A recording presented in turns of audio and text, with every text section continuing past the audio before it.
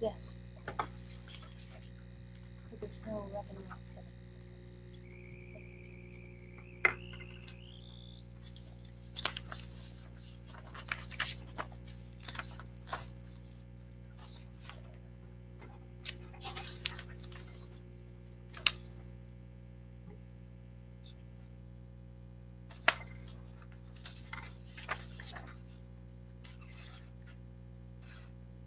Yes, but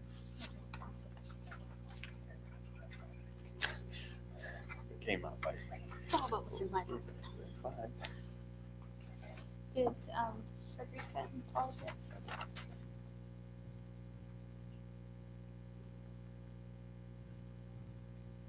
So I think we're live. I finally am ready to go with you. Okay. So we'll open the June 3rd council workshop, budget workshop, and all councilors but Councilor Coons are present, and he is on his way. And Sophie, what is the magic number this evening? 8 p.m. 8 p.m. Okay. I think it's like 8:09, but 8 sounds good, right? 8 sounds good. I thought 8 would sound great. So we have, this evening is community services. We're gonna actually start with Parks and Rec.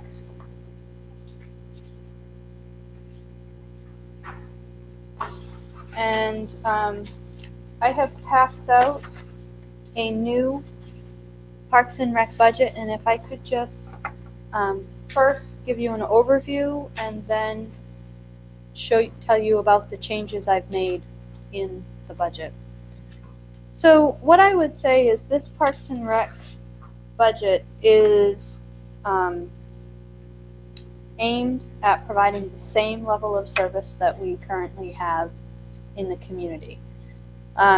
There is a substantial decrease in the budget, but that is reflecting a different way of paying for some of the work plan items, specifically our Parks and Rec director's time on those items that overlap very clearly with economic development. So planning, promoting festivals, working on promoting and signing the trail system, getting loops in the trail system to really promote that piece of the comprehensive plan that talks about outdoor recreation and nature-based tourism.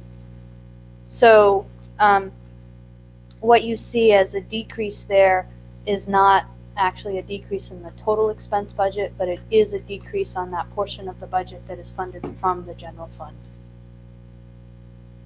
Because we're allocating approximately $20,000 of this salary to the tips. Am I making sense? I thought, well, based on the way council has interacted, that's, I think, a desire. So this budget reflects continuing to provide basic youth recreation programs, supporting and with considerable town resources the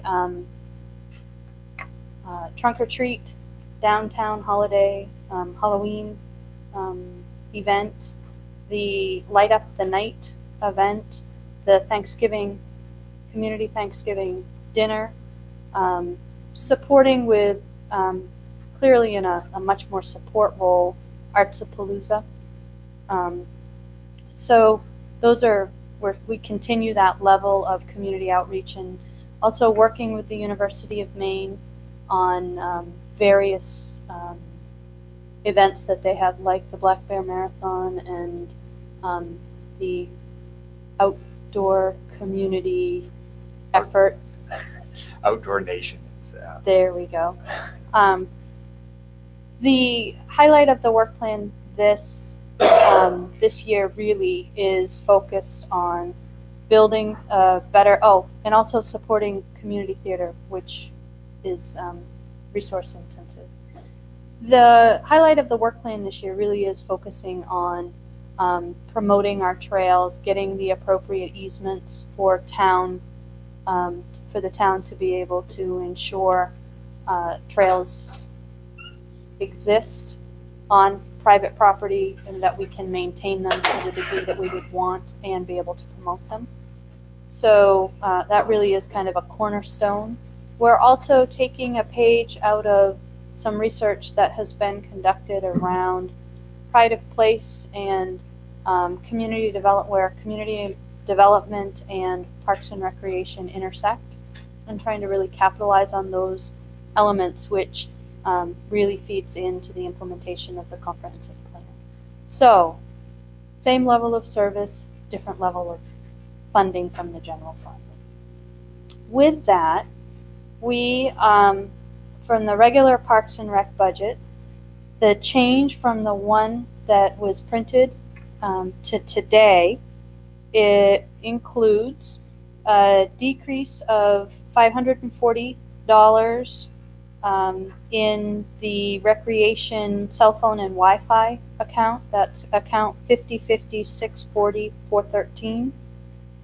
That's reflecting one cell phone and the Wi-Fi hotspot that got budgeted for twice. So we caught that and reduced. We also have been looking at the trend towards the end of the year from the initial budget request for credit card fees. Mitch had worked with the new vendor, to change the way in which our fees were charged. So it used to be a flat fee plus a percentage. Now it's simply a percentage. So what we're finding is that instead of the $1,500, we are projecting to end the year at about $1,000, and we don't expect that to change in the coming year. So we have taken $500 out of account 50/50/640. Whoops, I said 413 again. 50/50/650-431.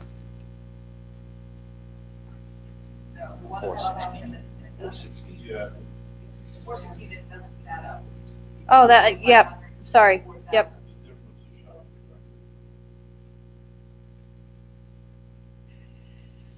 That's my fault.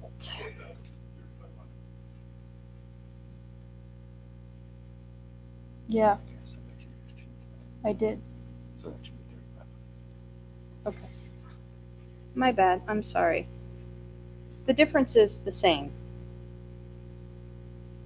There we go. So the like 2,000 budget on that, like 3,500, yep. The, and $1,000 increase as opposed to a $1,500 increase. We had some conversation with Councilor Perry on the way out the door after the last meeting, and we were talking about the new program expense. We have historically carried $15,000 in the expense budget and $15,000 in the revenue budget to allow staff to build new programs, with the idea that any new programs that were being built would be self-sustaining, and therefore you have a revenue and an expense. And if we look at it in the same way that we do police special details, where that police special detail expense line can be higher than what we budget, but it's offset by a revenue. We start with what we reasonably think we're going to spend, not the upper limit. And Councilor Perry rightly pointed that out. So we've gone back in and reduced new program expense to $1,500 from $15,000. So it's a savings in the expense budget of $13,500.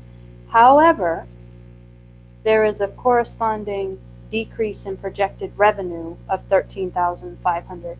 And the thought would be that that's gives us the ability to come in and propose a new project, a new program if we want. Council can amend the budget, it can go up to reflect that, and we would increase revenues and expenses accordingly. Then the pool. So we have a beautiful pool. I don't know if anybody's driven by it recently, but it's clean and it has clean water in it, and that was quite a feat. Facility staff did a great job getting it all the fermented stuff out. But the pool, we decreased the cost of the cell phone at the pool. Again, we had double budgeted, so we reduced it to $100 from $450. So that's a savings of $350. The other issue in the pool, just for you to be aware of, is this budget reflects our current level of service. So the same number of weeks that we were open last year. We had originally, in a response to feedback that we had received from the community and shifts in weather patterns, seasonal shifts, we had originally put in the budget staying open an additional week. When we ran the numbers, that was about $3,500. It did not make it through the final cut of the budget. So this reflects closing on August 17th, which is a week and a half before school starts.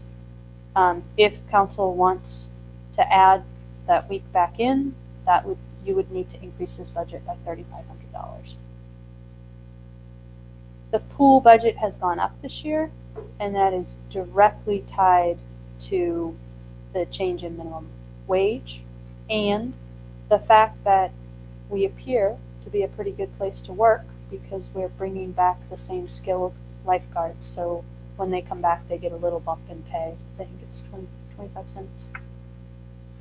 Yes, 25 cents an hour. So that's good. It means that we've got a good level.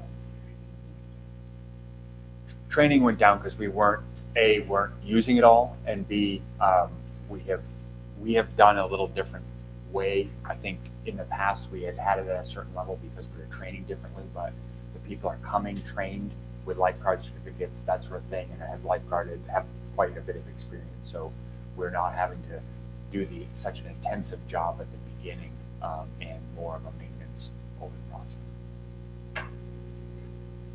Mitch, how much revenue does the pool bring in the summertime? So the pool.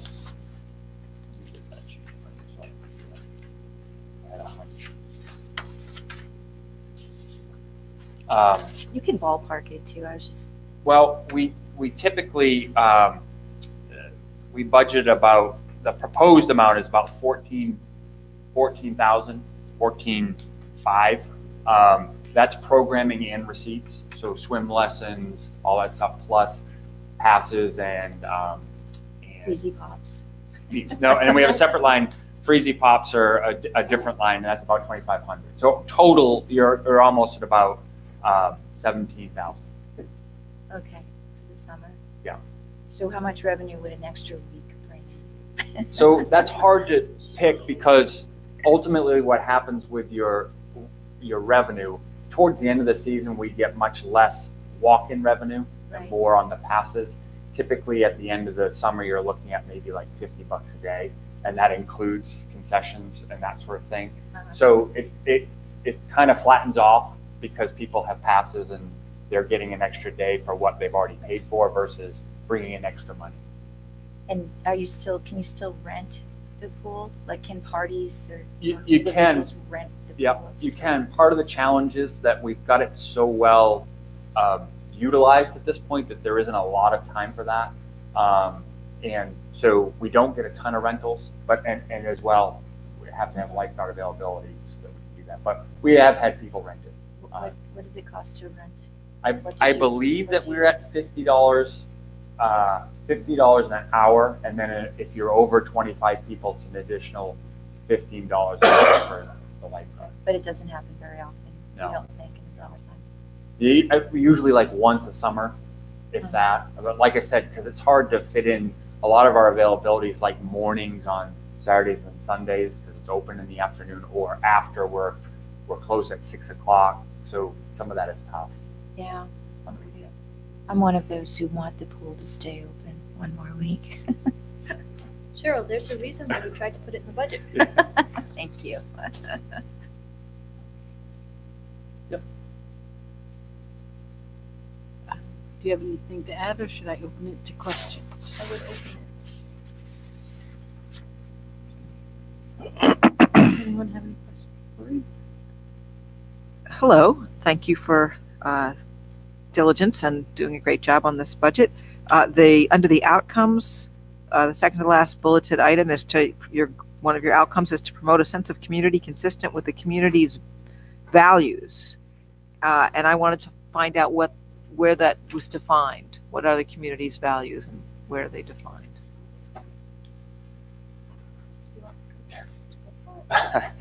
You're more than welcome to. What I think that is really about kind of how we interact with the community and what we hear from people and what things are out there that they're interested in. It's not necessarily. I'm gonna suggest that Sophie has a better answer than I do, so I'm gonna let her take this one. So I think it is defined most definitely in the comprehensive plan. It's most definitely defined by the town council. When you think of Orono, you think of active, outdoors, environmentally friendly, those types of things. Staff's job is to take its guidance from the town council. So really, the vision and value of the community is articulated by the council to staff.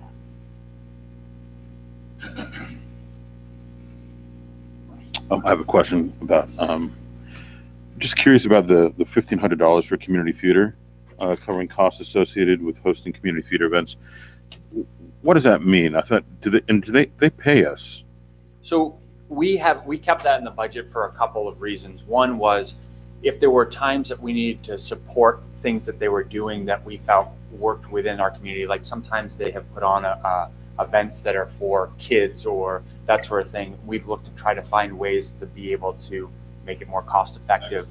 The other thing is if there are things that we can do, smaller things that we can do to help to improve the space that help that work better. At one point we spent some money on chairs, we spent some money on some of the electrical work, and not big money, but a lot of it is kind of that extra stuff. One of the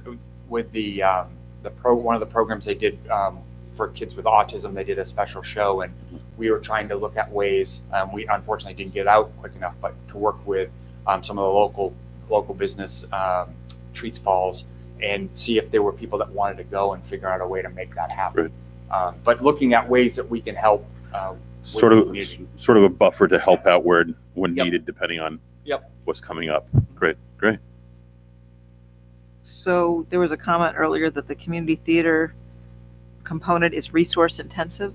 So did you mean that $1,500 or were there other resources? So ultimately, for the community theater originally was very resource intensive. How we've worked it is we have an outside group that rents the space, but they are very open to working with us. So I spend a lot of time with them managing their time in there. And one of the challenges from a resource standpoint is really me, not necessarily money, although $1,500 in my budget is a considerable amount. But just trying to fit all the things together, because when they put a show in, basically I've got to move everybody that's in there someplace else.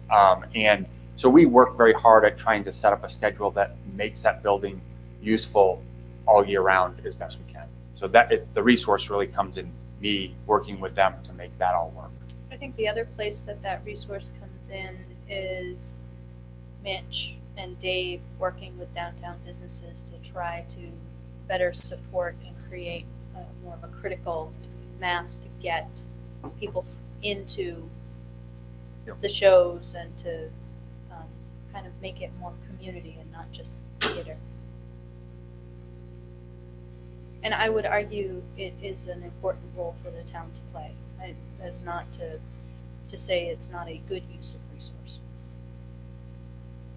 Yeah, speaking as someone who runs a business downtown, I mean, all of these events that the the town engages, whether it's the trunk or treat or whether it's supporting community theater, things that draw people into the downtown area. I mean, we all see the benefits of that in local businesses. So I'm back to the community values. I love this statement, promote a sense of community consistent with the community's values. I just think it's great. But that part of me that, wants to drill down, I'm wondering if there's a way we can have this community's values that we would come up with, so it's more work for you, but it's not about dollars, to come up with all the places in the comprehensive plan or things that the town has said we want to do. I mean, one of the community's values is that we're going to be done before it's sunset tonight, because it's a value for us to acknowledge that there's different people with different religions that are observing them. So I think that that's something, a selling point of our town that we think about, that we have community values. And I would love to, again, it doesn't have to be done before the budget's approved, but I think that would be an asset to our community to have a listing of those values. I'm not sure what we would do with them, but it would be a start, because you do say that you're following our values, and you, just as you pick up that she wants another week, I would love another week at this pool too. But as a way to have those things that you pick up from us as being the staff of our town, the manager and the staff, and hearing, because you come to the meetings and hear what we say, it'd be nice so that when someone asks, that we can say, oh, these are the values that we're working off of. Again, I don't know where they would go up, whether they're just going to be held or they're going to be on a webpage somewhere, but that's, I think it's great that you have that statement, but I'd love to see it fleshed out. Narrative to the comp plan that would probably speak to that. Okay, thank you. A relatively small item. I'm just curious. Under cell phone, there was no expense last year. I can't imagine that we didn't have a cell phone. We did, and we didn't budget for it, so we ended up we hudged I got you. it. Thank you. Could you speak to the humane contract, direct sports? Is that working? Are we getting the value out of it? Are we looking at an increase? It doesn't appear that it is in the budget. So there is no increase in the budget, so we'll take care of the money first. Do you want to answer that, or you want me to? So when we came to council with the idea of working with the university, the intent was to create a longer bench, that there was only one Mitch, and there was a lot of work that needed to be done, especially around youth sports. And a lot of that work was not at the management level, it was more at the running around level. We also have seen a tailing off of volunteers that want to coach, that want to give their time. And so we thought that bringing on people who were training to be coaches and teachers was a pretty cool idea.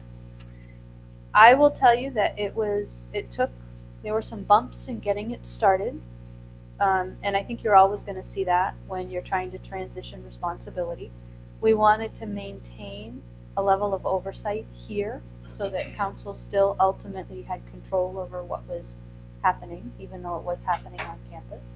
And I think we've done that. I think that we are offering the same major sports that we have all along. We added some rock climbing and swim lessons, and we haven't added wrestling yet. Nope. That one didn't go, but it's in the works. But more importantly, every week, I see it on Mitch's calendar to go up to campus and meet with Dale and to talk about how things are working. It's a partnership that is beginning to get some attention outside of Orono. Mitch was actually, he won't toot his horn, so I will toot it for him. He was actually invited last week to go to a campus recreation conference and present this model. Got a lot of feedback. I think it's working. I think with anything, there are bugs and we can always be better and we need to be getting feedback. But the relationship with the university is growing, and I'm very appreciative of that. So what is in here is based on contract that if it didn't come up last month, it would be set to come, it did come up, it comes up June 10th, which is a 3-year renewal of the arrangement for council to consider. And it's all the same terms. The contract is structured a little bit differently.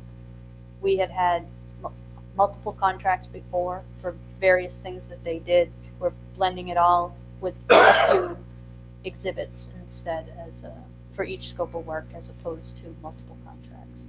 Makes it easier to work with systems that way.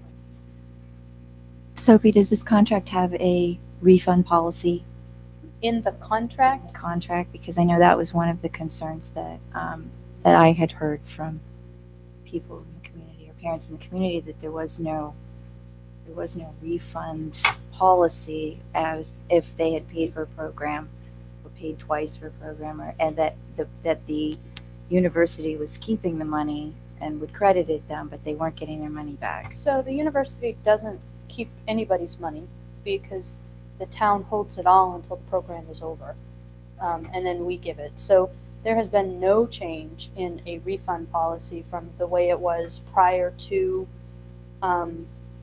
our interaction with the university to post our interaction with the university.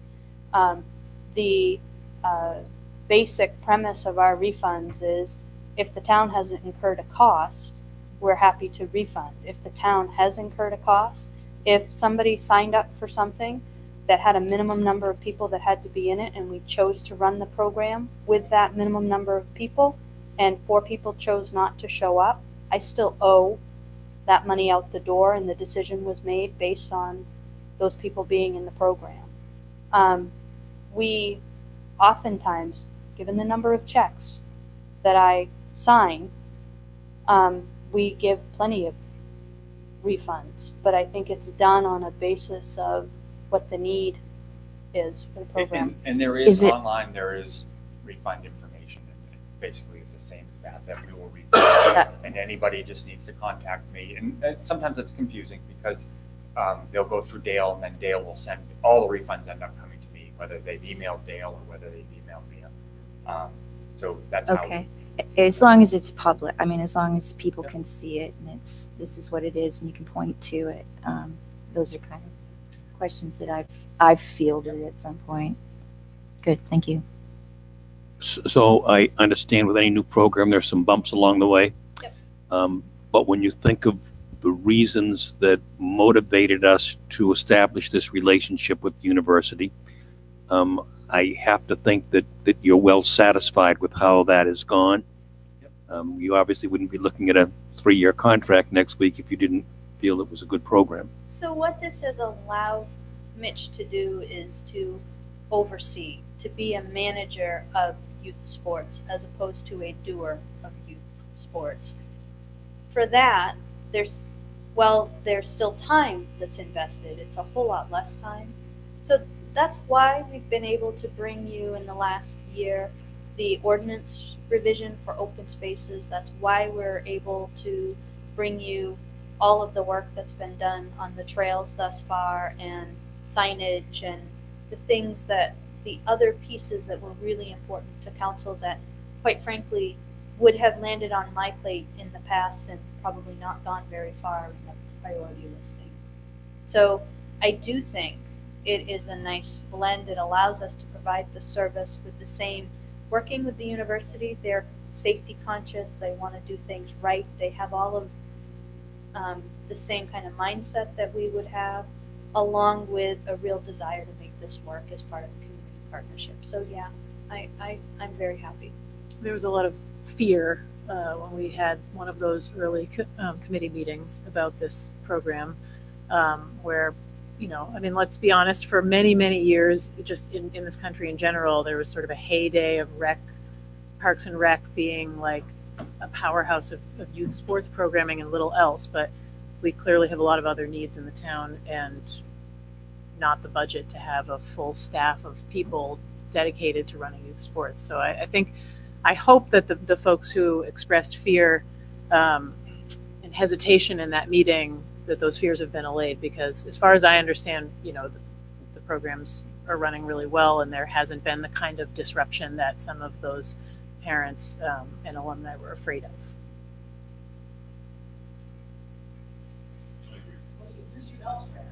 Well, and we're hoping, both Dale and I are hoping that as this gets smoother, it allows me to get more time as well. I mean, obviously, at the front end, we want to make sure it works, so we put in the effort to make sure that that happens and we put systems in place. And I think that it's really important, and one of the big conversations we had when we presented to all these people was about communication. And Dale and I, we're scheduled to meet once a week. We probably talk, if not every day, 3 times a week, just about everything. So, and I will say that they've also invested in this, and Dale is actually getting a grad assistant that's working with him to help him with some of these things along with other things as well. So, I think that's a positive sign that they're invested in this as well. My guess is that as you get 5-year-olds and 6-year-olds, they won't know that there was a different system, and they'll get used to this system. So not to equate Parks and Rec to recycling, but I'm going to anyway. I think one of the things that people can miss because you're paying attention to what's happened in your community over time is just like our recycling program is having to adapt to deal with global market shifts and what is happening that's beyond our control. Parks and Recreation, the way you deliver services, the types of services that are out there, even in our region, has changed dramatically just in the 8 years that I have been in Orono. So when people talk about a desire to have kids who are doing, for example, rec soccer, come out of it with more skills than what we're able to impart them with, I don't see that as a failure of Orono's ability to put on a soccer program. I see it more as a shift in the approach to soccer, which is you have some kids who want to be great soccer players and go do travel elite soccer. And then the other kids want to come in and they want 1 hour of practice and 1 game a week. And that is a shift. You can't expect to build incredible skills in 60 minutes in a game. And I think we as a community need to have a conversation about what are the priorities? Is it to get kids some interest and some ability to kick around a soccer ball and maybe learn some stuff and play some games and build teamship and sportsmanship and that? Or are we trying to build a lot of skill? We've actually opened up introductory dialogue with the school about what we might be able to work on together with our youth sports and also after school or before school care. We're seeing more and more it's not being labeled as rec, it's being labeled as childcare.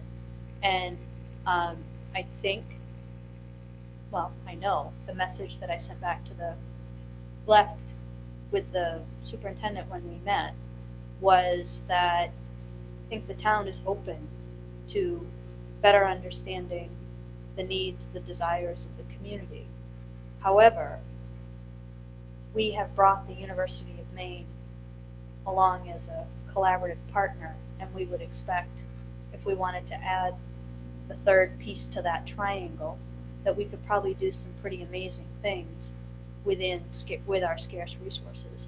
This is going to be a much longer conversation than we will do in the spring, and I've begun that process. I think the school is open to that, but it would be to build off what we already have and to look at the most appropriate places for certain services to be offered. And do they offer a program every day after school? Can you, if you were a parent in this town, could you sign your child up so that you had an after-school program 5 days a week? So not through Parks and Rec or the university. Mhm. Obviously, there is the Old Town Rec and the YMCA that offer every day. Right. Back when we moved away from the after-school program, we attempted to do that, and we didn't get a good response at all. We had very, very low numbers, and people were picking and choosing just a few, and we whittled it down to the ones that people wanted, and not every day, because we had like one kid sign up, and we tried it for the fall of that year, and then we Right. looked at the spring, and those numbers were way down. Is So- there an effort or an intent to try to find programming for kids for after school for 5 days a week?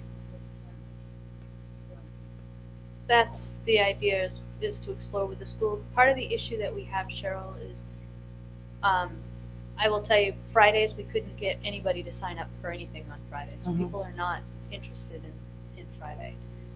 People who needed 5-day a week childcare Right. were not particularly interested in that idea of, okay, you can do rugby on Monday and Wednesday, and on Tuesday you can go to Star Walk Stables, and on Thursday you can have a swim lesson, and on Friday you can do something at the library, right? 'Cause, the feedback that I got from that was, I don't ever remember where I'm sending my kid. I don't want to pick them up in multiple places. It's just, it doesn't work. So we started looking at what are the programs that are enriching for kiddos to be able to do that they might not otherwise be able to do. And I use summer camp as kind of the place where I got the idea, because when we started 8 years ago, the cost of the UMaine rec summer camp was higher than it is today. And it is because we've worked as a partnership, and one of our values was to keep the costs low and attainable.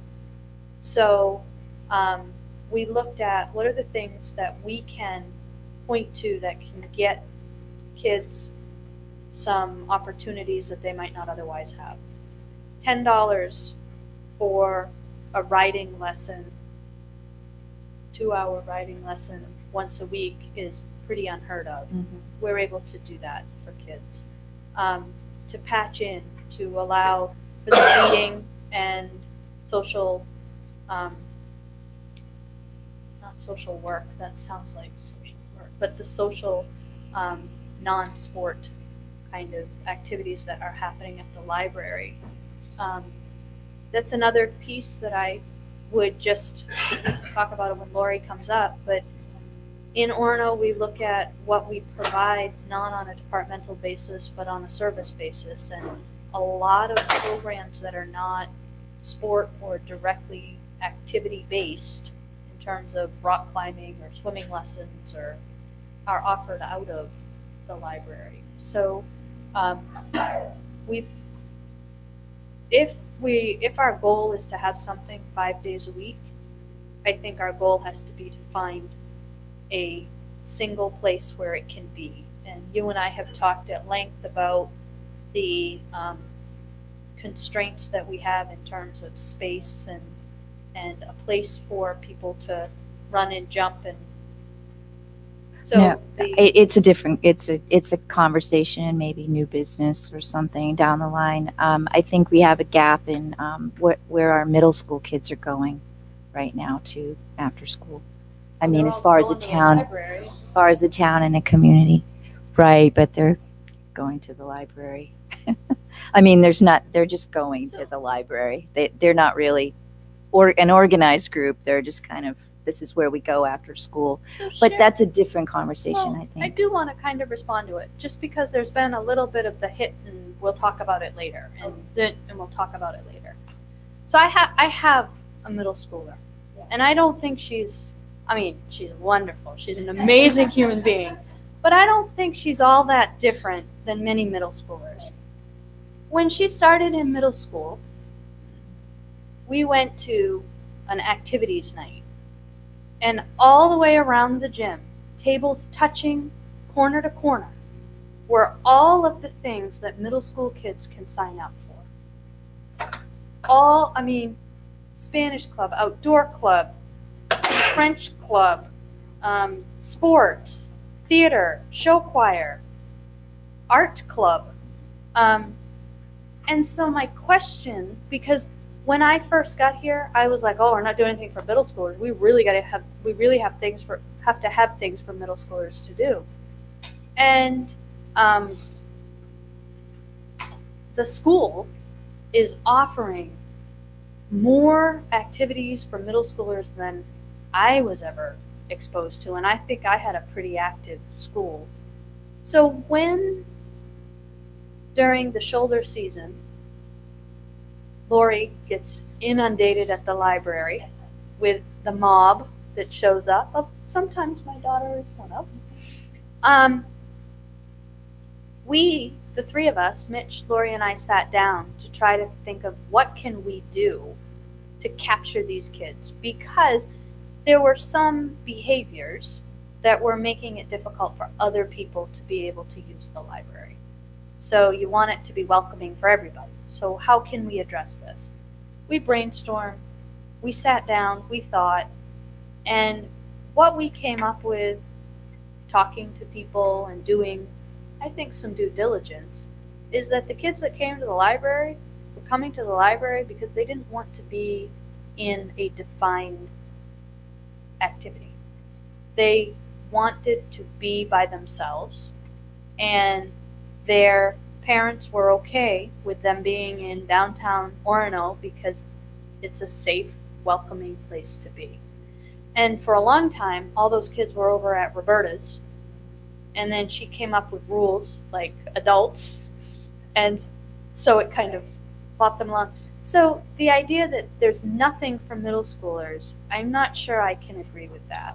I think I can agree with, if we had a place where there were couches and place to just kind of flop and be, and do I think we would have kids in there all the time? Sure. The issue is,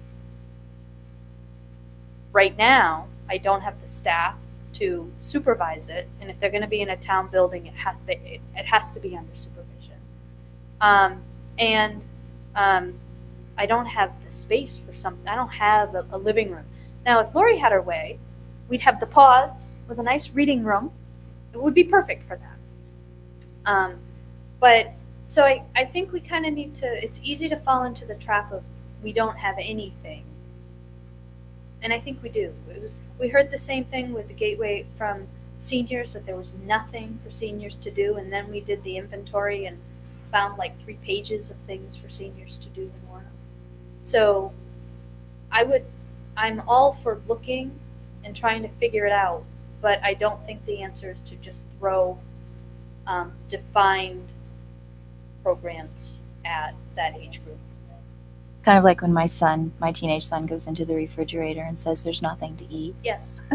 Yes. Okay, I get it. I was going to say in my high school they solved that, or in my middle school and high school they solved that problem by having student lounges. I mean, there were places in the school that, whether it was in the theater and then there was an actual formal student lounge in a different building, but there were various pockets around the campus of the school where you could flop if you didn't want to be in an organized activity. And yeah, so we don't obviously have the setup for that. Well, it's 7:15, so I'd like to I- go on to the I have one more budgets. question, if I may. Yeah, yeah.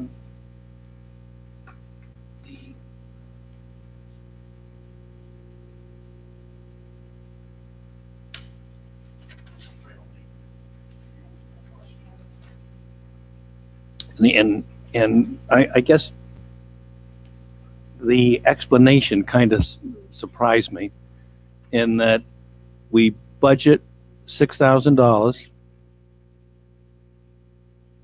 You're shaking your head no. I missed that comment, Tom, and I apologize. So we budget 6,000. There is often a carry forward if there is a project that we started in the spring and didn't finish up Okay. before the end of the year. I think that carry forward is being confused with reserve. Okay, One of the things that we are going to talk with the Finance and Operations Committee about at their meeting it's coming up. It's June 16th, I think, or somewhere in there. that is the fact that we received FEMA funds to improve trails from the wind damage. We want to talk about whether or not we need to segregate some of those funds so they don't lapse at the end of the year so that we can get the work done.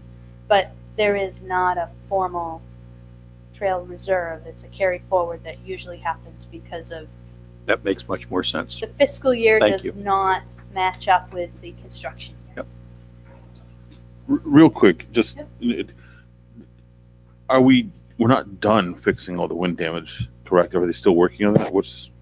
Just a quick update, not to get us off the track. So the stuff, there is the major stuff we're cleaned up on, but we're still finding places where stuff is down, and it's more of a case by case basis. Yes. Go ahead. But I think that constantly we're looking at trying to figure out how to improve things, and this kind of goes along with the private. A lot of our trails go across private property, and working towards which we can't fix until we have some sort of agreement in place. So that's kind of been the holdup at some level, is trying to get those agreements so that we can then maintain the trail to a level in which we would like to see. Rob Yerkes is going to bring an option to council to improve the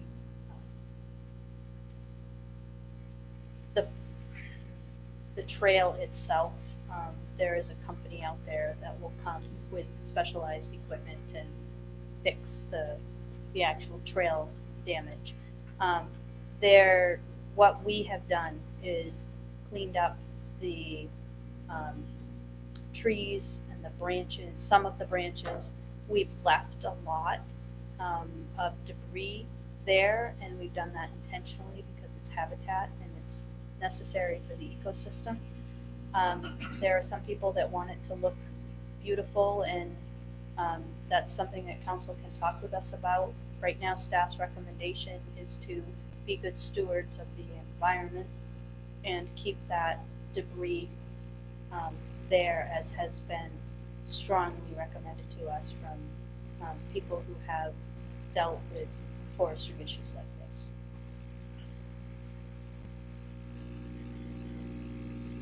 Anyone else have any questions on Parks and Rec?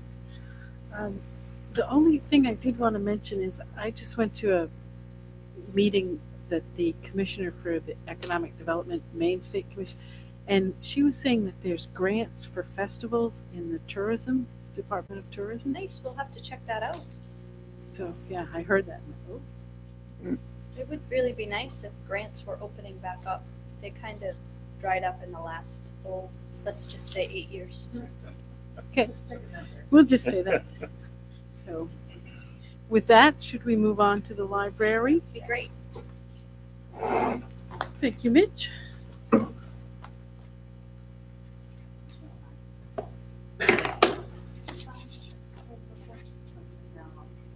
Oh, that's right, I did. Yeah, don't worry about it. Sorry.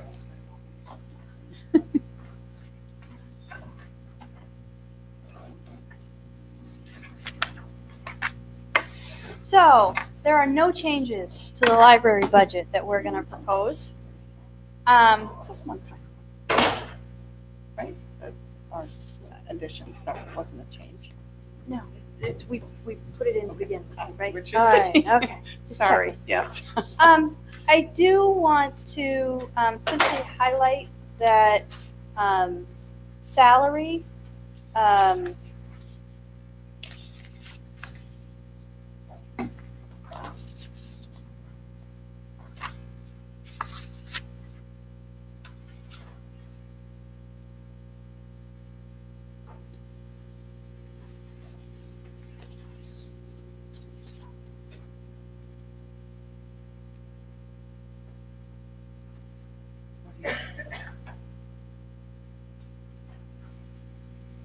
$3 a week. Well, there were also bumps for all part-time people, as well as the one full-time person. So we had hired a 30 30. hour a week circulation person. And when he came to us, we discovered that he came with a wealth of IT communications, website design work. So he picked up a few hours. We worked at 10 hours this past year in community development funded by the TIF to try to move forward some of those important priorities that council had given us around website communication, which is why we hope we have seen an improvement in social media and that kind of. This budget this year actually moves him to the TIF's 16 hours a week. And we've backfilled that with a body that is very part-time. Actually adds 3 hours a week. I will tell you, Lori wanted more. We bartered. We all agreed that 3 would be good. I do think when you look at the library, those 3 hours are really important because they give Lori the ability to put people on standard schedules. She was all over the map before. You'd work this many hours on a Tuesday, but then it might be you have to work Saturday, or maybe you don't. And those 3 extra hours allow her to put people on a Tuesday through Saturday, or it makes a lot of operating difference. And I just point out that I reduced the sub-budget here because with those extra 3 hours, I don't have to fill in with the substitute as often. So this budget includes 3 extra hours, which I don't often sit and say more people, more hours. I would argue this would be really important to maintain a service level that I think everybody wants. And the other major change in this line, in this department, is a new service. And you'll see it's under digital content, and it's 98% of an increase. So it was $3,050 last year, and it's $6,050 this year. When Lori brought this streaming program to my attention, I thought it deserved, at the very least, council discussion, and at the most, at least a pilot year to allow us to try it. And so I'd like her to just walk you through it. It's pretty cool, and I think it's indicative of our desire to provide library services beyond the bricks and mortar of the library.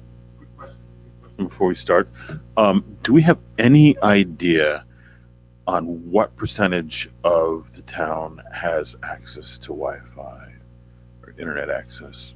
I don't have that, I mean- Sam. I will tell you, based on the discussions I've had around our broadband initiative, our fiber initiative, that we have a lot of people in the outback that probably are on dial-up, still on dial-up service. Sure. So I'm not 100% sure that this reaches necessarily everybody from a Wi-Fi standpoint, but I do. Oh, yeah. Every digital service that we offer, Lori gets background usage data that's pretty detailed and helps her. But to your question, some of this can, you don't necessarily have to have Wi-Fi. Some of this can be done on a phone. And I would also say the other service that the library gives that I see people avail themselves on a regular basis is to drive in after hours and park in the parking lot and get your Wi-Fi that's super fast right there. I'm a big fan. I just was curious if we had Yeah. that data. It would, I don't have that specifically, but I do know, especially in my conversations with the superintendent of schools, that to assume that everybody has internet access would not be wise. Okay, great. Thank you. If we go forward with this, I think we may find out. We will hear from people who aren't able to use it at home. If you remember last year, we added the online magazines. This is the same company that does the online magazines. I was a little disappointed with the use this year, and I spoke with Sophie about maybe we shouldn't continue it. And her question was, are people not interested, or do they just not know? And, you know, we put out all kinds of information about it. We advertise it at the store. We try every angle, but there are probably still people out there who don't really know. One thing that this would do, adding these services, one could download an app where all of the services are right there. So if someone's looking at streaming a movie, they would also say, oh, here's some magazines too. So that's one positive part of this. We have the percentage of DVDs that go out is, I think, 25% of what we circulate. So people are definitely looking for movies, yes. And libraries are offering streaming services. Most of them we can't afford. They're more like $10,000 a year or more. So years ago, we did do IndieFlix, which is on the list. That was used, not a huge amount, and I got feedback there were some quirky movies. It has been upgraded. But some things that are really attractive, Acorn TV, which is mostly British productions, a lot of detective series, TV series and whatnot. A lot of people have expressed interest in that. That's pretty affordable for most people. I think it's $5.99 a month or something, but not necessarily everybody's doing it. Quello is a music concerts and music documentaries. We have the opportunity to get Spanish TV and movies. I'm not sure how much that would be used, but it might be. The thing that Sophie got really excited about was the Great Courses Library Collection, which is cost prohibitive if we get it on DVD. And you're not always necessarily hitting what people want. Whereas with it streaming, you can choose from all of the courses to take. The method, now we don't have to do all of these, we can pick and choose, but it's the same cost for all of it. So there's method, test prep, and learn it live, which is wellness movies and classes and whatnot. So the way it works is we pay $250 platform fee every year. And then it costs the library $2.99 per 7-day pass. So as a patron, you could sit at home and check out a pass online, and you could binge watch anything for 7 days. You get it for 7 days, or you could do a great course in 7 days. And then if you want it again the next week, you have to check out another one. Now the trick is you can't do Acorn TV and the great courses on one pass. You have to check out a pass for each individual service. So with $3,000, what that amounts to is about 17 passes per week. And we can put all kinds of limits on it. We can just say, well, this is the amount of money we have to spend this year, and let's see how long it takes to use it all. Or I was just talking to a rep from Recorded Books today. He said, what you could do is start out, see how people use it. And if suddenly there are 30 passes going out a week, then you really need to limit. But get people going on it first. Kind of don't limit it. Let people check it out, and then see what the use is like. Would people have access to these things possibly on their own? They would have to pay for them. But I mean, so if someone wanted to take, like, let's just say the great courses, let's say Sophie wanted to binge for 52 weeks. Oh, it would be more than $2.99. Yeah. Could people possibly, if they wanted to do that and they realize they're using a lot, they could donate to the library? Or I didn't think you'd refuse that, but I think that's could be a pretty good deal. I mean, Lori has never met a donation that has that gotten I've turned back. away.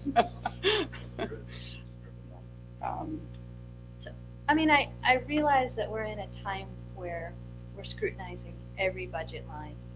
This really seems like it would give us an opportunity to do a lot of promotion and try to get the word out, and then see, maybe we're wrong and digital content is not the place that we need to go. But with a suite like this, there's really kind of something for everybody. So if you're promoting that, you would think that you would get a better turnout. And so I was kind of excited about the possibility, and again, using our resource to bring something to the community that people individually probably would not be able to afford. It's kind of where I was headed. So that's where I got a little confused. There's no revenue. The $299 is just our cost for the pass. So, just as a matter of philosophy, we have set it up in Orono that programs that the library puts on or services that the library has, other than, a printing cost or, a direct cost like that, it's a free public library. So people can go and participate without expense. So I would have philosophically, I'll do whatever the council wants because I work for you, but philosophically, I would have a real difficult time if we were to charge free for this service. Well, in particular, one of the missions of a library is that people who may be overlooked or underserved in communities have access, and that kind of access can be limited by mobility or by transportation or time. So this is another way that we can include people in the community who may not be able to physically be in the library for one reason or another. So the thought would be if we could start this, we would then in December, January, come back and give a 6-month opportunity. The one thing that in talking with Lori, the only direct cost out the door guaranteed is the $250 to set it up. We have that in this year's budget, the current year's budget. Our thought would be, if this is a direction council wants to go, that we go ahead and set it up now so that we can promote it in June, as opposed to trying to promote it July and August when people are not here, and it's much more hit or miss. No, I just spoke to this guy. He said their cycle is it has to start July 1. Oh, well. But I know. But See, that certainly my Friday meeting with you just went right out the door. But we can set it up and have staff get used to it and get ready We to can promote promote it. So the 250 still coming out of this year's budget would be ideal. Just because I have to ask. So if we see this taking off, do we see a reduction in book purchases or DVD purchases in the long term? DVD, I would say yes. Space is Right. We're being crunched with space. Really, we've tried to weed the DVD collection a number of times, and usually when we weed, we look at how much something has circulated. Everything in that collection has circulated a number of times. We end up weeding things that are in just bad repair, and as long as another library in the state has it, then we can get rid of it. But it just makes it very difficult. So space-wise, I certainly would look at, there is a certain population that loves British series, mystery series. They're great. At our house, we've already Doc Martin, the whole thing. Okay. Binged. So those kinds of things I would no longer purchase. And if a streaming service would definitely give us more space in the library. But I'd also like to see how many people are using it or able to use it. So Lori, is it a pass or is it a code? It's Like, a code. it's They a call code, it a so- pass. So you don't Yeah. have to come to the library Okay, except that- to get your library card, because you have to have your library Oh, you card have number to, okay. forever. All I these was just- digital services. Right, so you don't have to your physically number. go there if you've got a library card. You No, can it's just, all done online. you can do as long- everything online. I think, yeah, they'll educate themselves about it too. I've already told some people about it, and they ask every time they come in. So that's- When's it coming? So. Right, yeah. Does anyone else have any other questions about the library? I do have other Ooh, questions. make it- Well, it's not so much a question, but Lori, I'd like to give you a moment to talk about on camera, because maybe some people would be interested to know more about one of these areas of concern that you brought up regarding federal and state budgets and how they might impact our local library. Sure, the good news is that LD 1148, I think, passed. So, just get my notes out here. So we have a number of services that are supported mostly by state, as well as the Institute for Museum and Library Services through the federal government. So the main regional library system, we're part of a consortium that with 70 other libraries that we use for interlibrary loan. And so pretty much anything you want in the state, if we don't have it, we can get it from another library. Another thing that's funded is our van delivery. We do pay for these things a certain amount, but nothing close to what we would pay if we were not part of the system.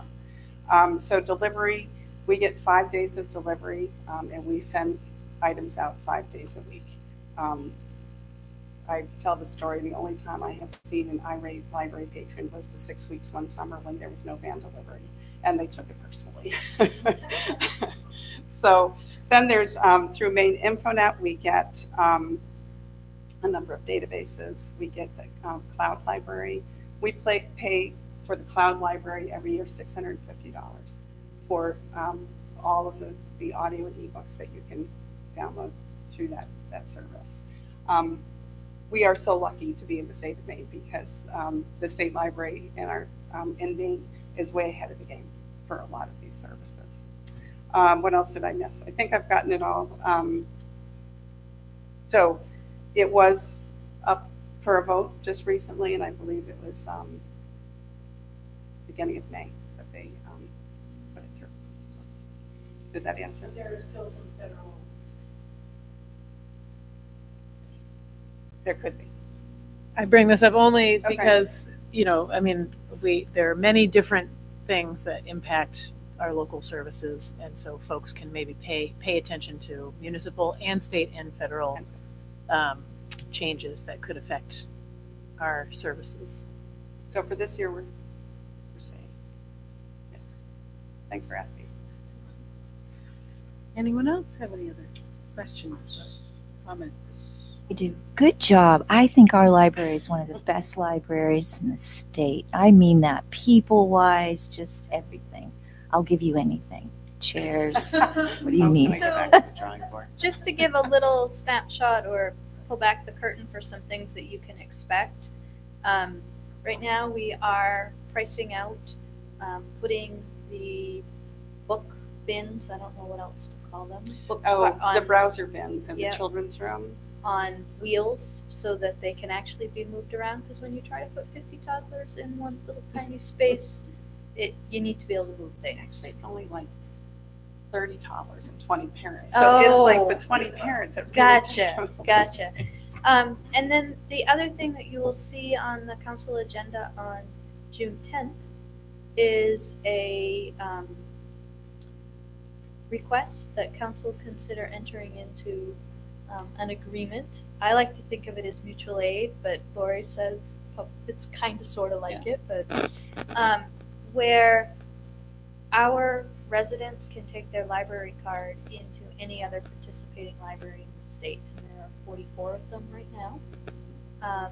We would like That are to, choosing to participate. so you opt in, and it means that if an Orono resident, for example, is down in Old Orchard enjoying the beach and it gets rainy and they'd like to go check out a book, they can do that. They just walk in with their Orono card and can check out a book.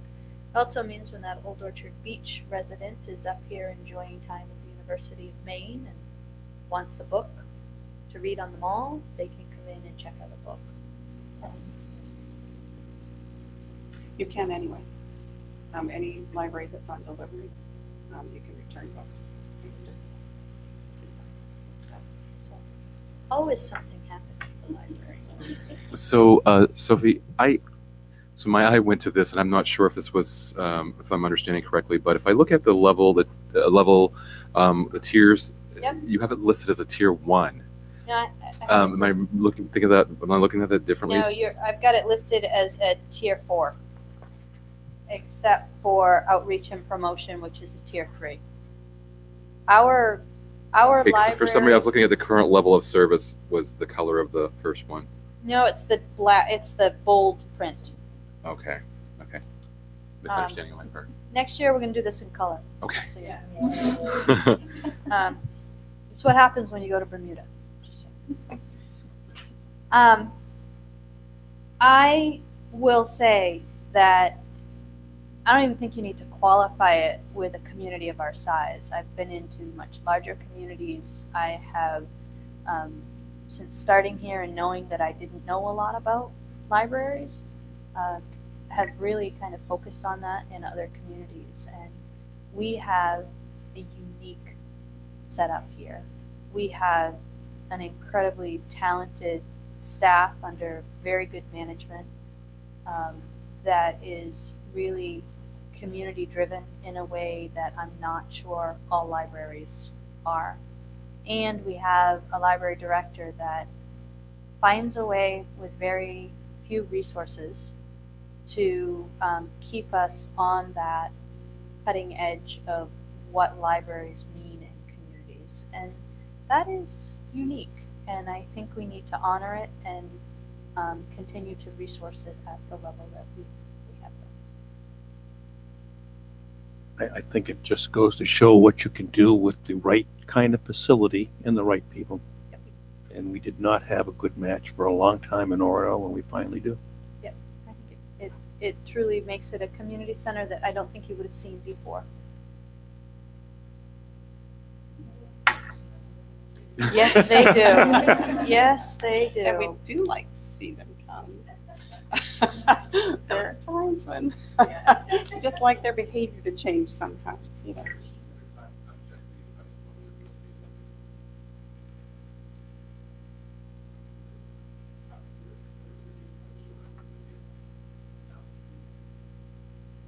Yeah, well, anytime. Mornings are quiet, so if you want to really kind of take in everything that we're offering in the facility, material-wise, that would be a good time. But if you want to see it in full swing, Thursday mornings during toddler time, or anytime after 2:30, and it gets hopping. Yeah. But anytime.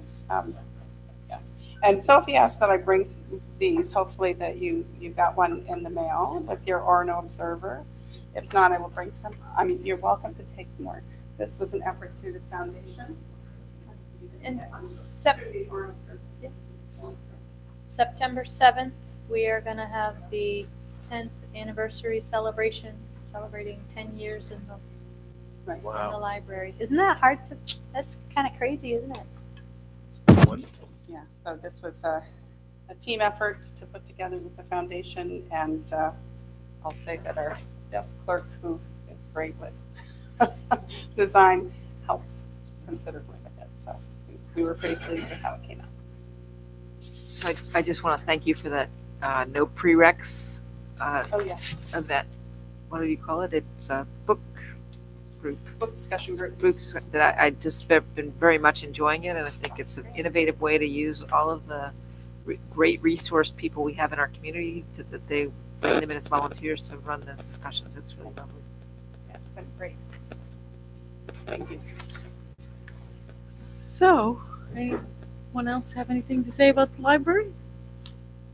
Nope. So now where are we going, Sophie? It's 7:15. 7:15. Yeah, Isn't Lori quick? she is quick.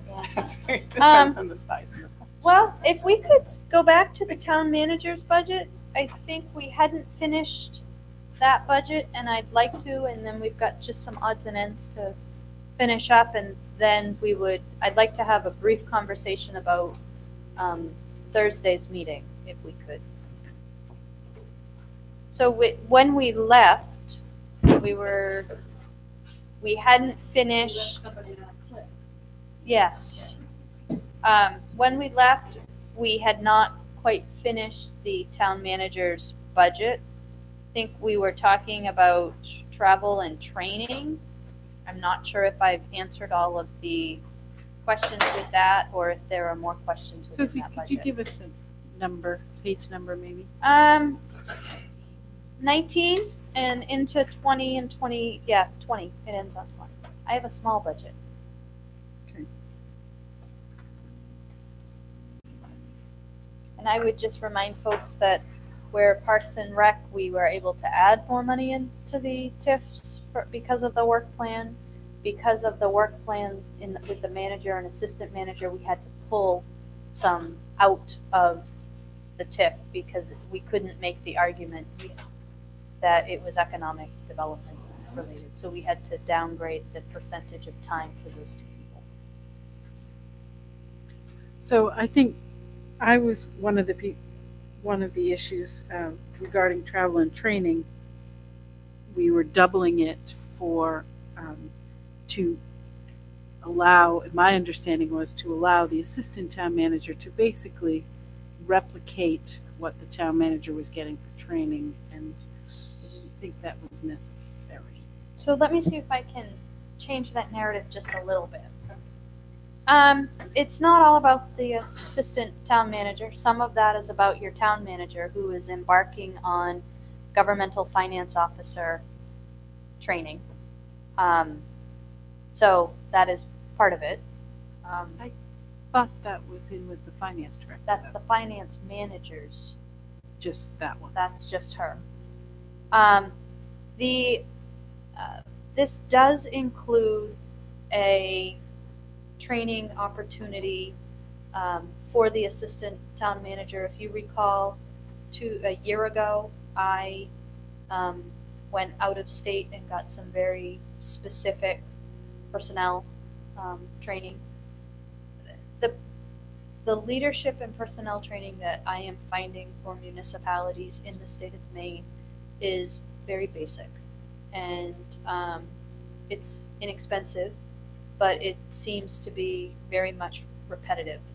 And while there are some things that I go to every year that are repetitive, legal updates and things that you have to for tax liens and for personnel and for collective bargaining.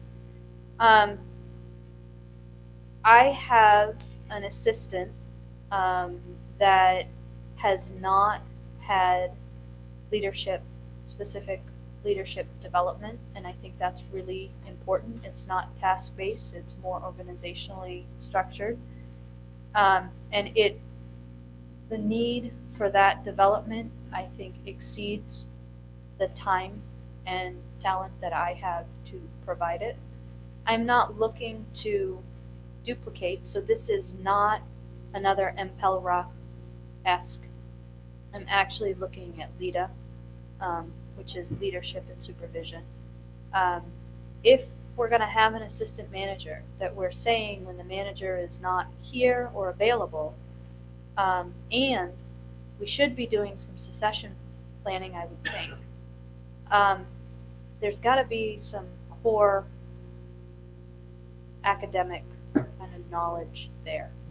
And I have searched to try to get it less expensively.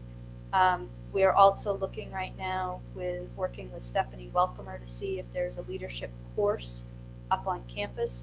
Remember, we have a very talented assistant town manager. She has an engineering background. She does not have a management background. And I think it's very important, if we're expecting her to function on that level, that we give good basic knowledge. And so whether it is that we send her out to, for LEADA training, or we send her up to campus for a leadership course, I do think it's important.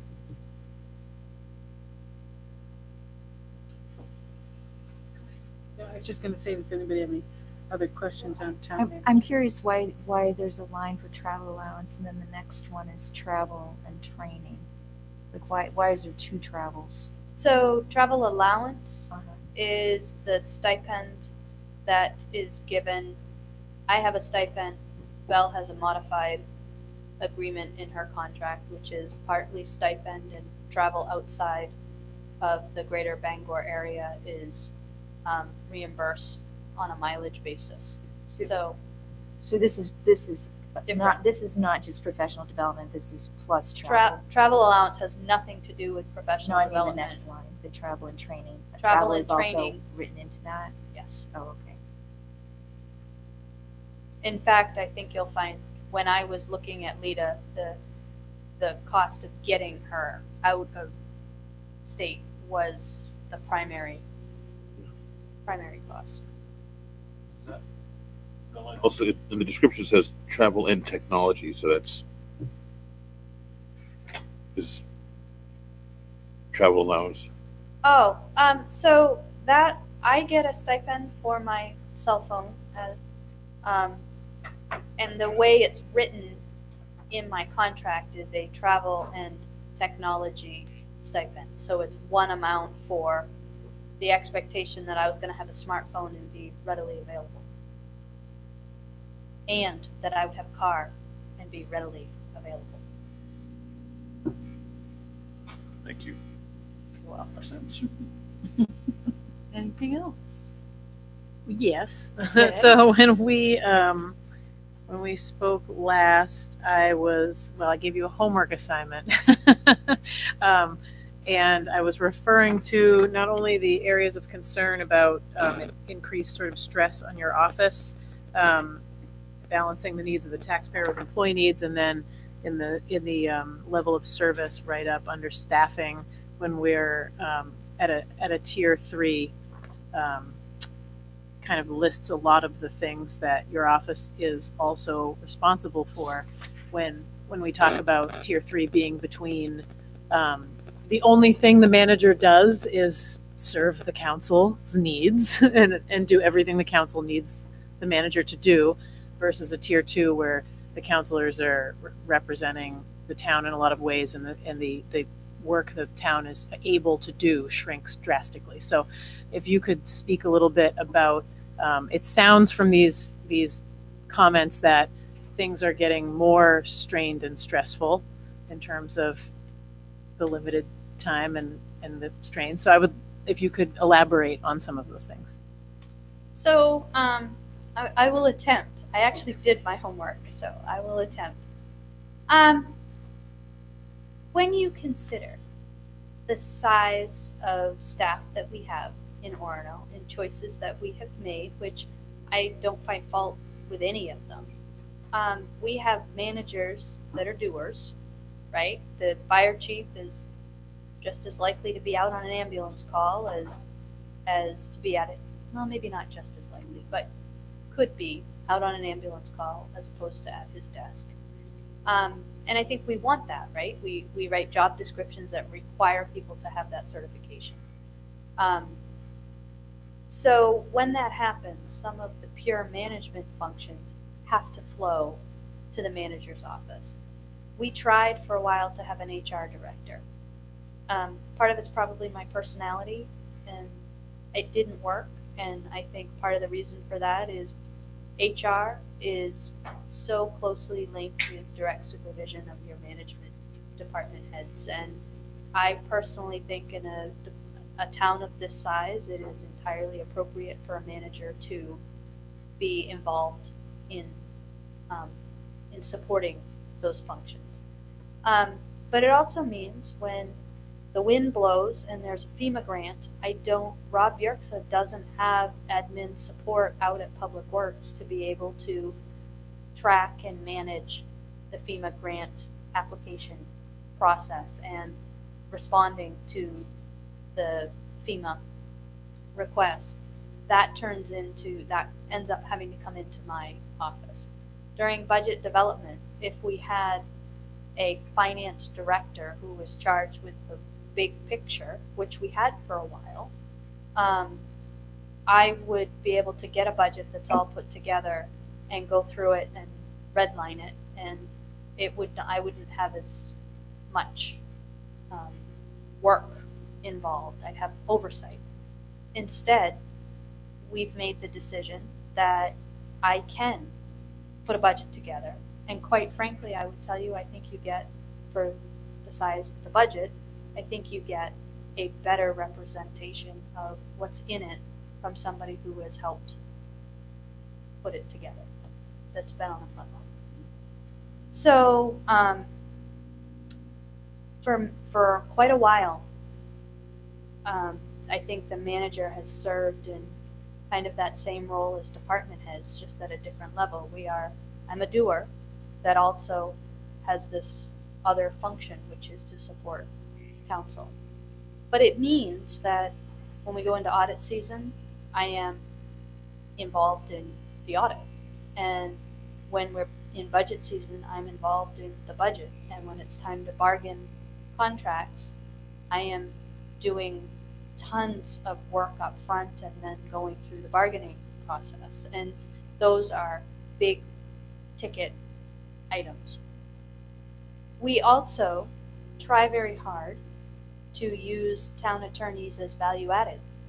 And that happens to be a place that I have some skill, not enough to be an attorney or to play one on TV, but to get material out in a way that allows our legal advisors to simply review and not be drafting and starting from scratch. Every once in a while, when there's just simply not enough of me to go around, that's what I have to do. But we try to save money by having me draft a lot of the contracts, so it's more of a response.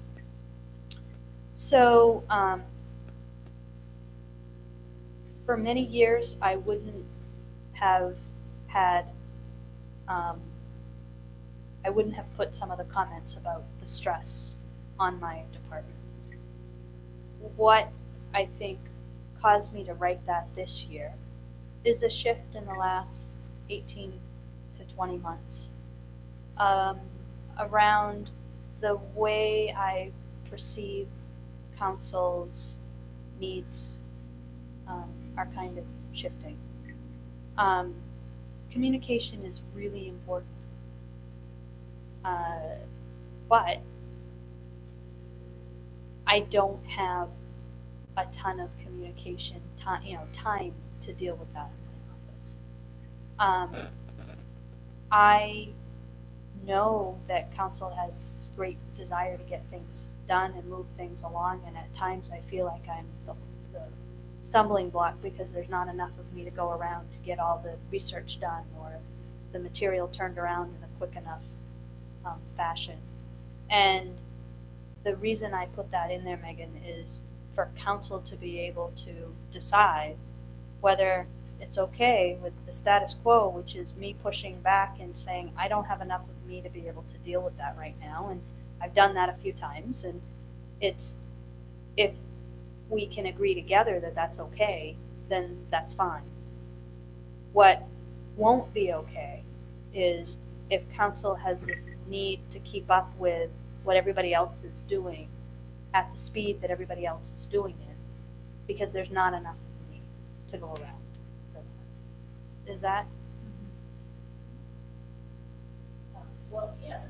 I think I suspected as much. I wanted to hear that because I think that that there's a lot that council can do to lessen that strain, and I think that the more organized we can get about our process in terms of how our work plan is developed, how things are put on the work plan or how we decide to move things forward, just that kind of a organizational structure and taking responsibility on our own for that work plan and how it's organized could lessen the burden on the town manager's office.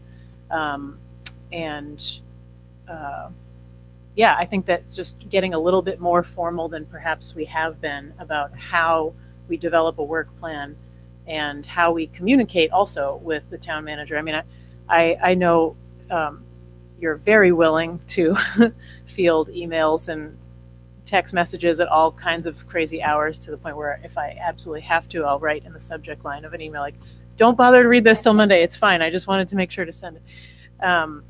But there are probably also times that there are simple questions that have to do with institutional knowledge that our council chair might have, for example, so that we could say, hey, is this something that I should? Yeah.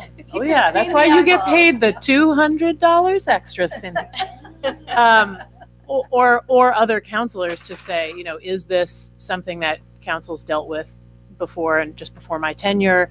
Is this something I should go talk to Sophie about? I mean, there are ways that we can, if we are actively keeping ourselves aware that there is a strain on that office and that our budget limits us from expanding that office. This is a volunteer position, and we're volunteering our time and our expertise. We should also be lessening the burden on municipal government, not adding to the burden of municipal government. So I would like to see in the year going forward that we make a more concerted effort to organize ourselves instead of wanting Sophie to organize us, perhaps. So moved. So, just kind of following up on that a little bit. Sure. There have been times when we've been able to make connections with the university through an intern, through a class project, that has been able to take some of our priorities and parcel them out without having to significantly impact the manager's office. Is that something that we can do more of? Is that something that works well for you? So, it all depends, and I hate that answer, but it truly is the answer. So I welcomed back today an intern from a year ago, a summer intern, Orono High School graduate, just finished up his first year at Bowdoin, second year at Bowdoin. So I came in this weekend to make sure I had stuff lined up for him to do, and I was looking at the things I needed and his skill set, and what I have is a very high performing individual. Today we finished up a total revision on our sexual harassment and respectful workplace policy that we're going to bring to council. We got job announcements written for 3 jobs that are coming up. I had put the bones together on hiring practices and new protocol, so because we had some issue with some of our department heads skipping steps. Gave that all to him today, and it was all done and ready to go out the door. So that kind of an intern that I'm having to race to keep up with, I'm already 4 steps. I'm thinking 4 steps ahead. It's a paid internship, and I do that because I need a high performing individual. We had a very high performing individual in that role prior to this one. Having him want to come back is important. And for this year, I have not offered him out to any department heads. He is purely there to move my laundry list forward. So that works.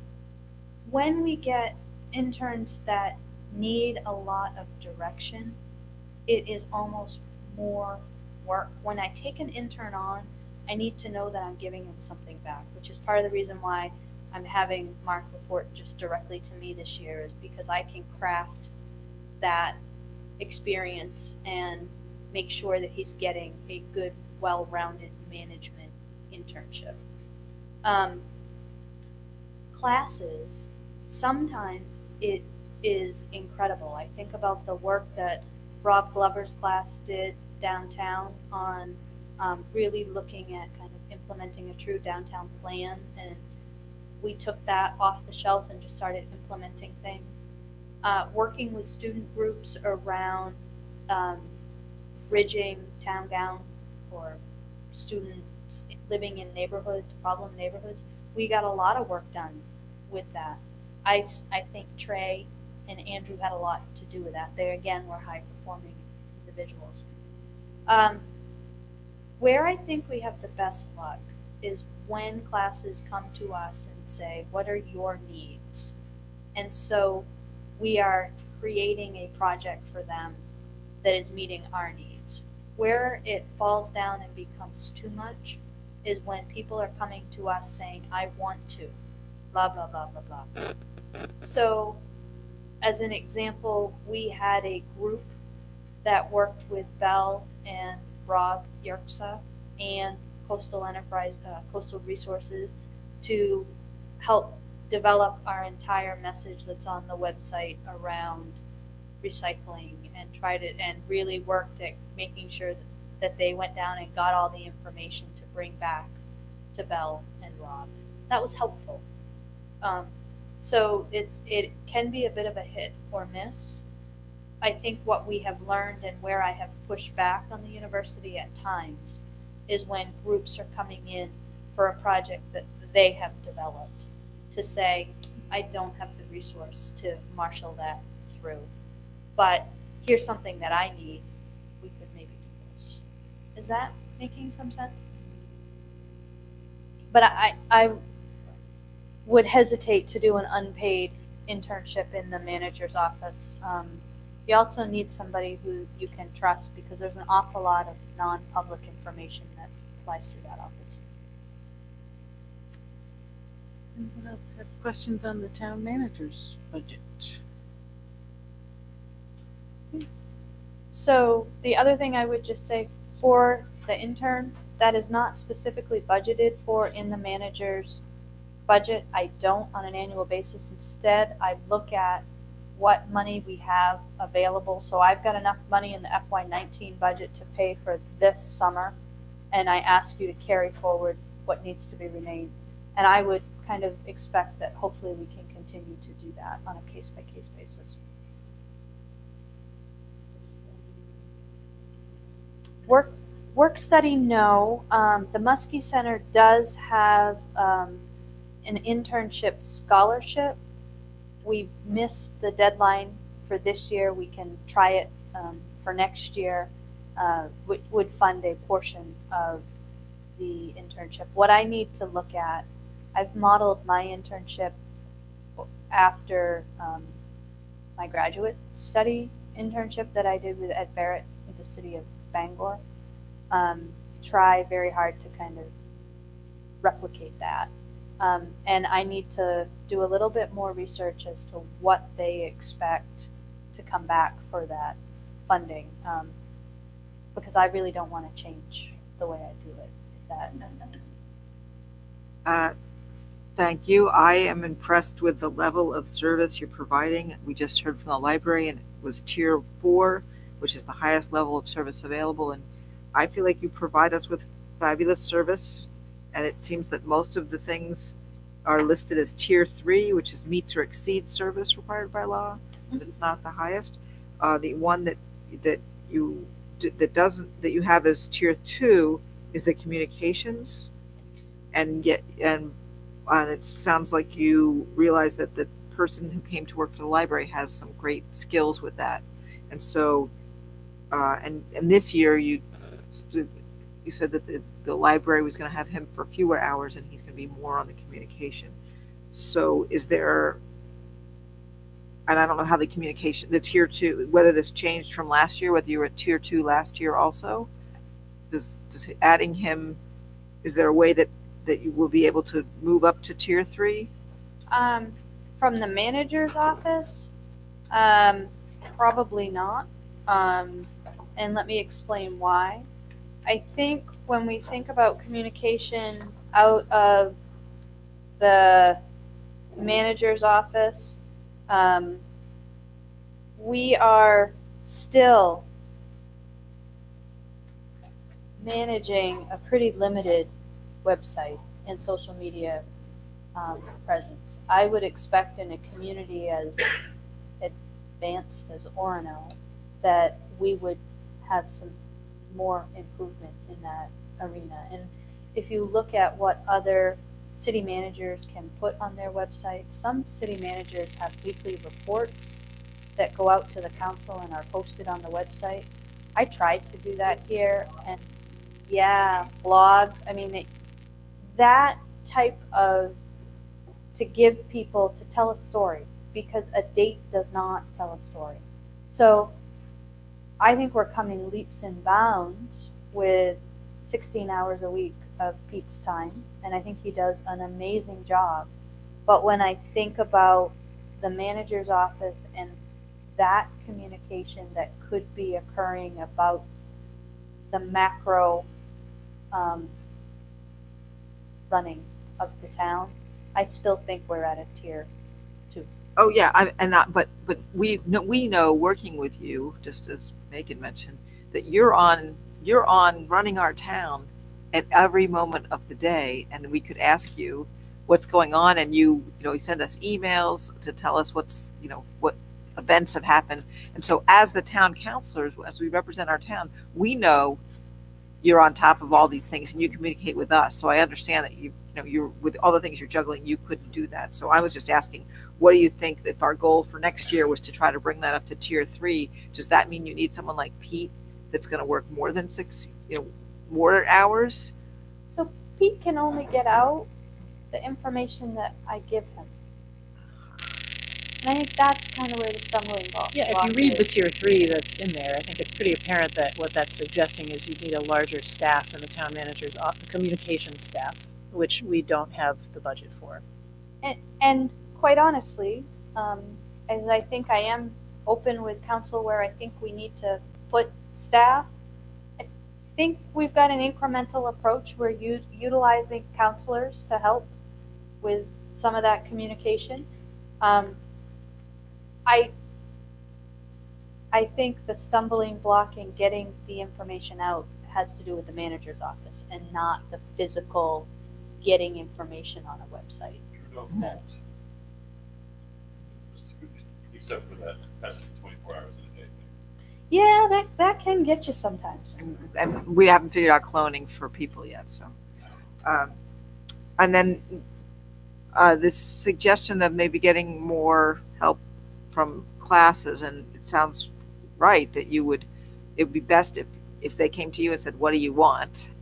And I will tell you the capstone folks are doing that. They come and they ask. So this year they asked us for 4 potential projects. We stopped what we were doing and sat down at a table, management staff, and brainstormed 4 projects that would make sense, which is how we got recycling as part of it. And Dave Mylan's going to come back to you with some pretty cool ideas around the development of Ayers Island. So those are, I think, places that it works.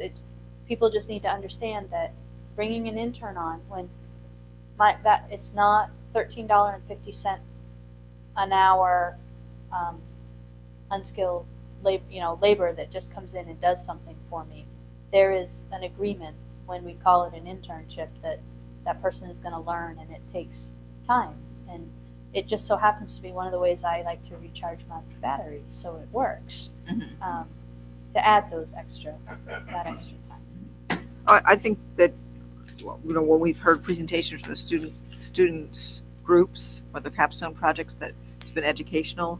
As I've mentioned before, I'd like to see agreements with the university where that the university incentivizes that for their employees as something that they agree that they would provide. They would have employees, students provide to us, because right now we're just blessed with those faculty members thinking that that's what Rob's job does have something about being community outreach in the title of his faculty appointment, Rob Glover. But in general, some of the other faculty who have their students do projects, it's their idea. It's not that someone that from their chain of command that is incentivized for them to work with us. And since we only get so much with payment of lieu of taxes, we do not get them paying taxes, but we know that there's a powerhouse of knowledge, and you can't tell if you're going to get, just like when you hire someone, you can't tell if it's going to be a really good match and they're going to fit that well. But there's grad students over there, there's bright students, and there's bright faculty. And if I would say that that's one thing I'd like to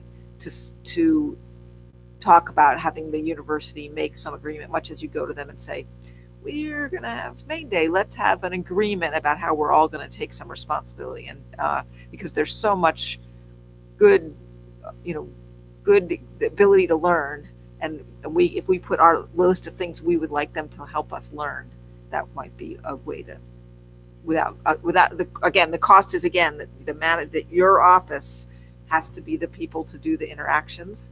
And so when I was looking at that communication, I thought, who would do that? This idea that I had that supposedly it's low cost. Well, it's low cost if we don't pay them for their labor because they're doing it as part of a school project, but there's still the cost to interface with your office.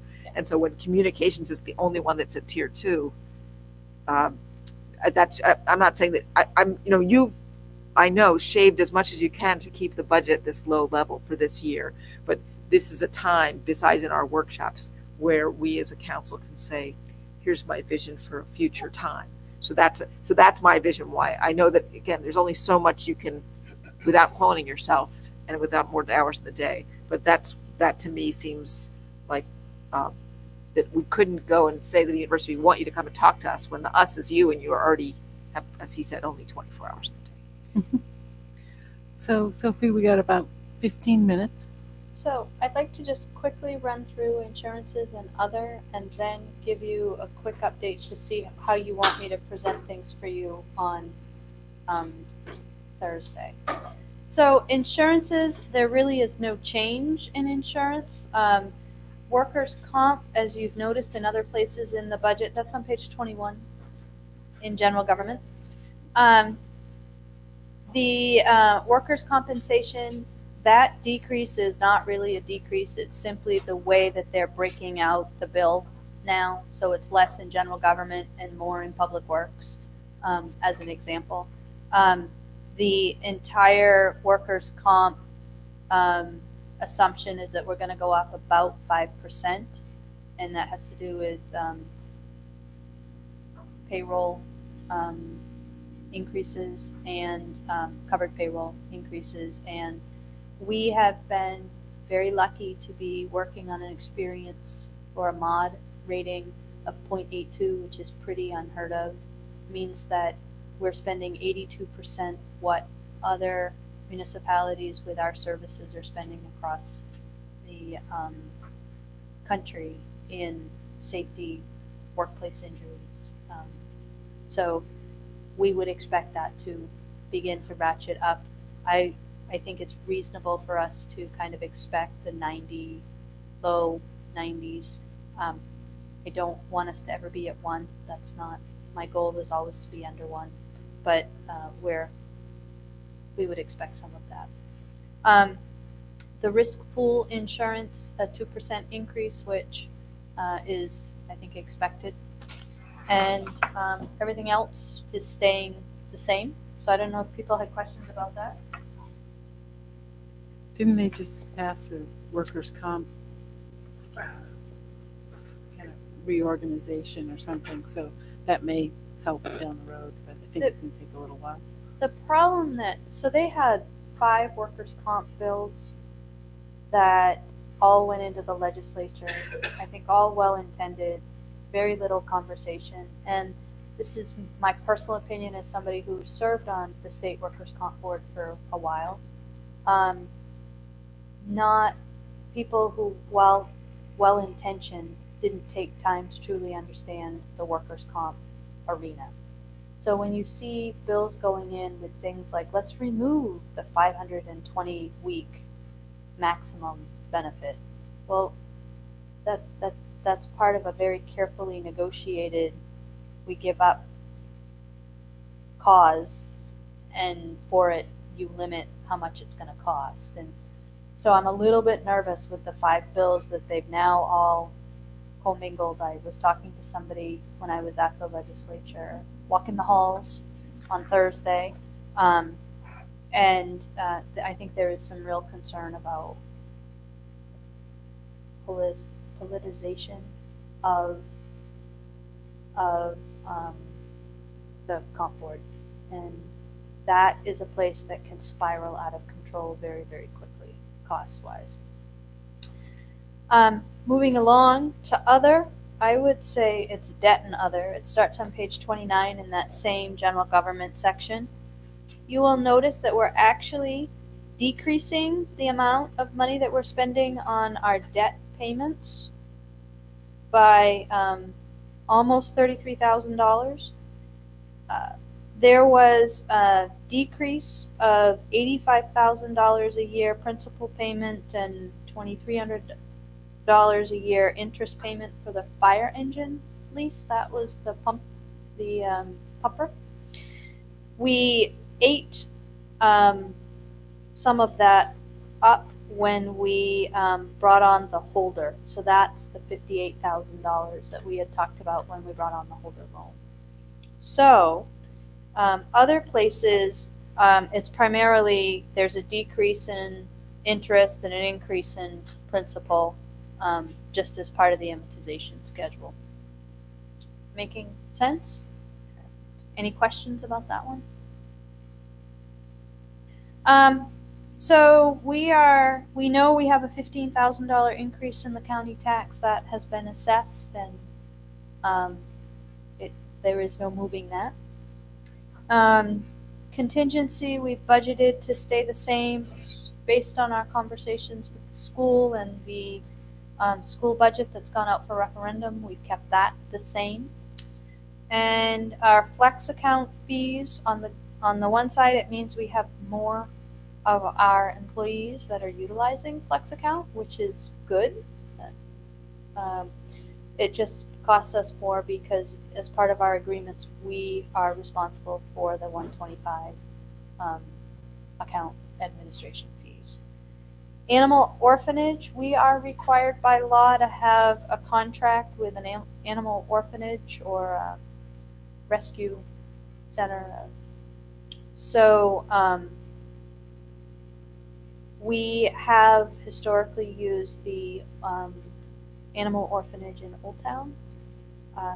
They have done a great job for us, and I know that might sound $7,000 a year might sound like a lot of money. When we looked at the Bangor Humane Society, just to make sure we were keeping everybody honest, we decided that the Old Town Animal Orphanage was doing a wonderful job for us. The Bangor Humane Society, I think, was more than double what we pay for this one. And then Community Connector. So this is our portion of it's an assessment to be part of the Regional Transportation Network. That I actually got the final numbers in, and I will update for Thursday. But what we had budgeted based on estimates at an $8,490 increase to $67,500 is actually the assessment is going to be $73,038. So it's a $5,500 increase. So I will pull those numbers together for you for next time. And the Black Bear Express, which is the service that is entirely within Orono, that is funded out of Tax Increment Financing District. We had budgeted an increase to $92,250. That actually came in at $94,299, so that's $2,050 difference. So public transit is getting more expensive. However, we're still seeing really high ridership coming out of our region. So at this point, I think our recommendation is that we continue doing what we're doing. So that is debt and other. So the Community Connector, in the 20 years I've lived here, this is the bus that comes to Bangor and then Hamden, and that would Orono, Old Town, VZ, Bangor, Hamden, Brewer. Right. So I'm just making sure that I'm talking about the right thing. The orange one. That's what you call it, the orange one. And it's I have seen ridership go up over that time. I'm a regular bus user, but it hasn't extended the hours. It still has only one bus an hour. It still only goes till about 6 o'clock at night. And I know that there are other counselors in other of the towns, connecting towns, that would like to see the service increase, but that's a huge amount of money. And there's other counselors in other towns that would like to see some of their services go away. But how is that? Do we have a representative from our town to some group that discusses that? So the Bangor area Comprehensive Transportation Systems Group, BACS, which is our regional planning office, hosts a public transit group. City of Bangor is the provider of this service. And the cost of this service is increasing exponentially, in large part, that's probably not a good word, increasing significantly, in large part because the state of Maine has changed the manner in which it administers the federal public transit funds. I understand completely the desire to go past 6 o'clock, to have buses come more frequently, to have a more robust public transportation system. The problem that you're going to run into is truly money when you consider that so I think the Express, the Black Bear Express, gives you a better sense of the cost of a service because we bear 100% of that cost locally. And the university pays for half and we pay for half. But when we started out, the entire cost of that service was a shade under $120,000 a year. Now, the entire cost of that service 8 years later, with, if anything, a decrease. We've reduced some of our Saturday hours. We've done some reductions because of costs. We're up at almost $200,000 for that service. So when we talk about adding in budgets where there is very little money to be spent, and I honestly would argue that one of the places the money needs to be spent is on the road so the buses can continue to make the trip. I think it's a situation of there are infinite wants and limited resources. In a regional service like that, I think the city of Bangor will do pretty much whatever we want as long as we're willing to fund it. And in order to fund increase in hours, you're needing to increase everybody's hours. You can't say, we'll increase the bus to Orono and it will run till 8 when none of the other buses are running to feed into that bus. So I hear what you're saying, and I've heard it from community members that they want. The issue is the data doesn't necessarily support ridership need at those hours in sufficient enough numbers to warrant the city of Bangor expanding its service. So thank you. So there's federal money, you said, that's for public transportation, and that the state has changed how that's Yeah, to us? I thought I went through a pretty extensive description of that at a council meeting. Yes, Okay, well, transit is federally funded, not 100% federally funded, but federally subsidized. Sophia, I don't mean to interrupt, but maybe you did go through it. Maybe you and Lori could catch up Sure. because Awesome. it's about 8. So if you need something from us, So what I need from you is, that's a loaded question. I need a little bit of direction. So I sent out an email over the weekend letting you know that there had been some significant activity in Augusta around revenue sharing. My thought at this point, it is, well, it would be wonderful if the Senate funded revenue sharing and it came back and we got all, the votes and it was 5%. That would be just wonderful. It's not going to happen. I don't know that the Appropriations Committee's unanimous report out at 3% and 3.75% is necessarily going to happen. I hope it does. The issue that I have with the revenue sharing calculation. It is not a straight calculation, meaning if 2.5% was X, then 3% is Y. And it's because when the money gets taken from sales tax and income tax, it flows into a different formula that splits it between revenue sharing 1 and revenue sharing 2.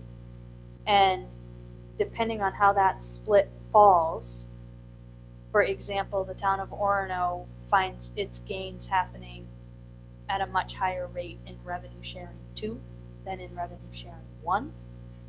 Just so whenever I try to run just basic numbers without digging completely into it, I'm usually off by a bit. Communication with Kate Dufour at Maine Municipal Association tells me that if the revenue sharing bill passes, wherever the governor's budget ends up being amended to, MMA can run the formula through their spreadsheets and print out what's coming back to the towns in very quick fashion.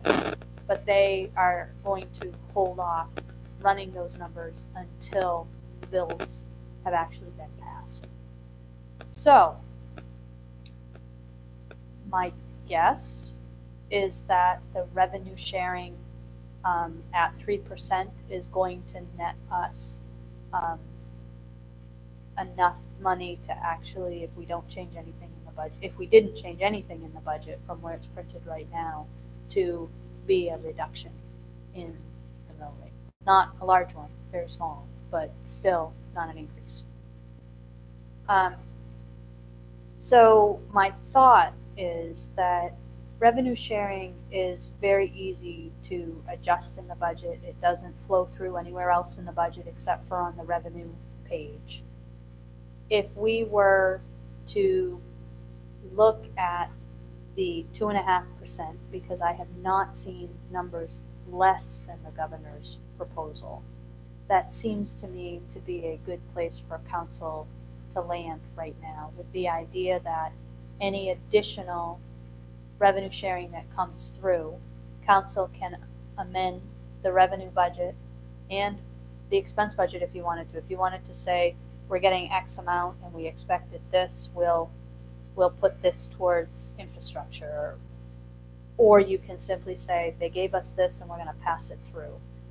You can make those types of decisions right up until we commit taxes. So we can wait for the budgets to be passed and then put a new number in if it's higher at that point, was my thinking.